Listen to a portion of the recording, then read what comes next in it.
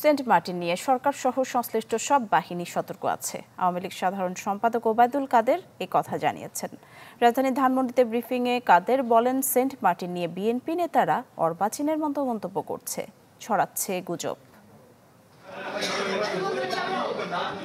ধানমন্ডিতে আওয়ামী লীগ সভাপতির রাজনৈতিক কার্যালয়ে নিয়মিত ব্রিফিং। এতে ওবায়দুল কাদের জানান, সেন্ট মার্টিন নিয়ে সতর্ক অবস্থানে আছে সরকার ও সংশ্লিষ্ট বাহিনী। অভিযোগ করেন, এ বিষয়টি নিয়ে গুজব ছড়াচ্ছে বিএনপি জামাত। আমরা কোনো নতজানু আচরণ কোনো অবস্থাতে করিনি, ভবিষ্যতে করব। আমরা খুব উদ্বিগ্ন মানে আমরা সতর্ক মনে হয়।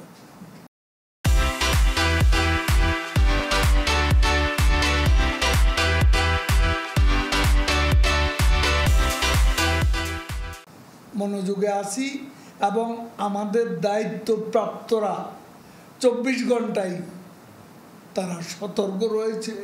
মন্তব্য করেন, বিভিন্ন কমিটি ভেঙে দেওয়ার মাধ্যমে বিএনপি তাদের ব্যর্থতা স্বীকার করে নিয়েছে।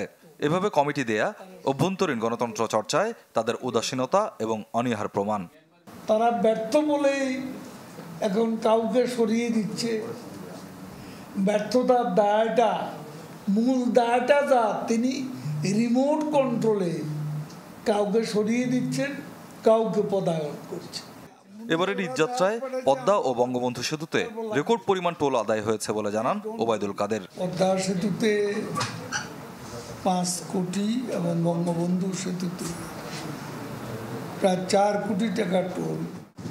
স্বপ্নিল শাহরিয়ার শিশির, চ্যানেল 24, ঢাকা।